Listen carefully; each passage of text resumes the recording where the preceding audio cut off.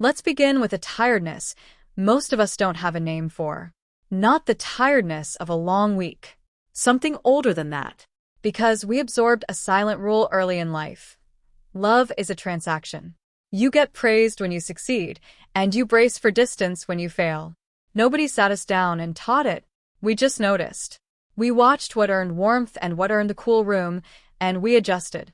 And somewhere along the way, we quietly decided God must work the exact same way. That's the belief we're going to hold up to the light today. Not because you're wrong for having it, almost everyone does, but because it's costing you something enormous. But John tells a different story in a single sentence. We love because he first loved us. 1 John chapter 4, verse 19. Listen to the order in that sentence, because the order is the entire message. He first loved us. Then and only then we love. Not, we tried and he responded. Not, we cleaned up and he drew near. He moved first. Everything you've ever offered him has been an echo of something he already did. So let this settle.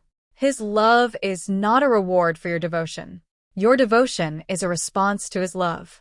Look at the arrow. It only runs one way. On one end, the cross and the empty tomb. On the other, your prayers and apologies. And here's the line worth carrying with you all day. Before your first whispered, "I'm sorry," there was already an empty tomb. You have never once been the initiator. Not in your best season. Not in your worst. Which means you can stop trying to open a door that was never locked. Now here's a detail that's easy to read past. John never called himself the disciple who loved Jesus the most. He called himself the disciple whom Jesus loved. Think about that choice. Of all the ways to be remembered, of all the credentials available to a man who walked with Christ, he chose the passive one. Not what he brought, what he received. And that's the invitation. Shift your identity from how hard you are trying to how deeply you are held. Notice the hands in the picture. They're not gripping anything. They're open. That's the posture of someone who has stopped auditioning. But the real test comes on the bad days. So, what happens when you mess up? Shame tells you to pull back and brace for distance. Grace tells you to stand your ground. Watch the two paths. On one side, failure. Then, assume disappointment. Then, the pullback reflex, the quiet withdrawal, the skipped prayer, the distance you impose on yourself before anyone else can. On the other side, the same failure.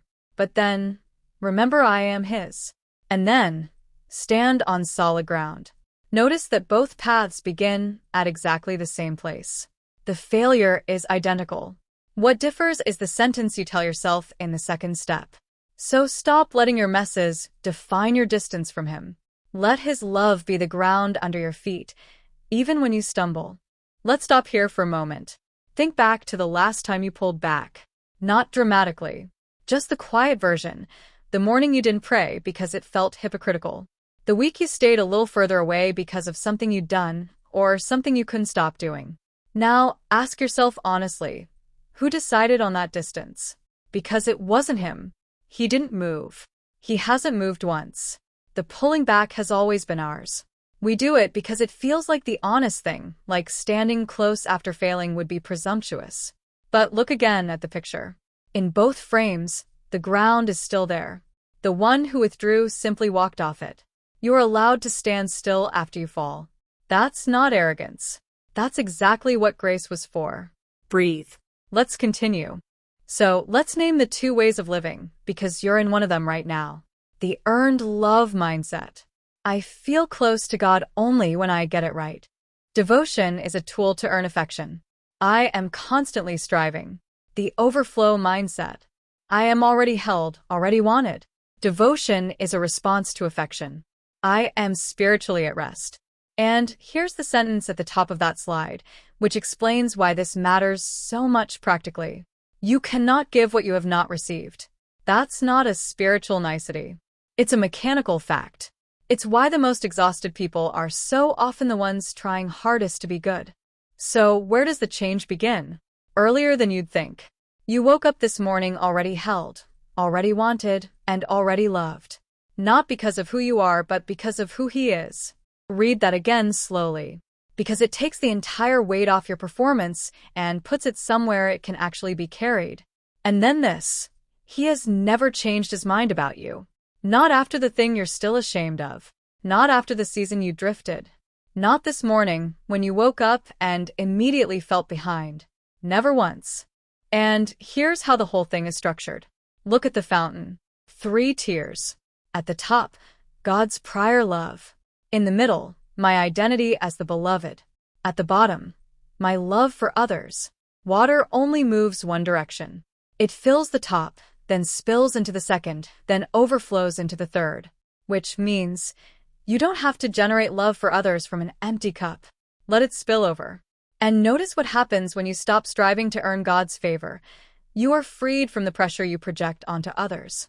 Because the person trying desperately to be enough always, eventually, asks the people around them to help prove it. Fill the top basin. The rest takes care of itself. So here's something small and specific to carry out of this. Who is one specific person you can love today, simply as an overflow of the grace you've already been given? One person, not a category, a name. And notice the conditions on it. Not out of duty, not for praise, just a response. That's the whole mandate. A text, a cup of coffee, 10 minutes of actual attention. Nothing performed, nothing owed, just water going where water goes. And when this settles into you, something quiet happens. When love is no longer a transaction, fear loses its grip. You move from the exhaustion of proving your worth to the deep peace of his constant presence. Look at the water in this picture. Perfectly still, not because nothing has ever disturbed it, but because nothing is disturbing it right now. That stillness is available to you today. Not once you've earned it. Now. Let's take that into prayer. Lord, so much of me still believes I have to earn your love. But you loved me first, before my best days and my worst. Today, let your love be the ground under my feet. Remind me I am already held. Teach me to love others from this place of rest. Amen. And Father, when I forget this before lunch, and I will bring me back to it. Let me live today as someone who is already loved, rather than someone still hoping to be. Amen. So hear this before you go. God is not waiting for you to be perfect.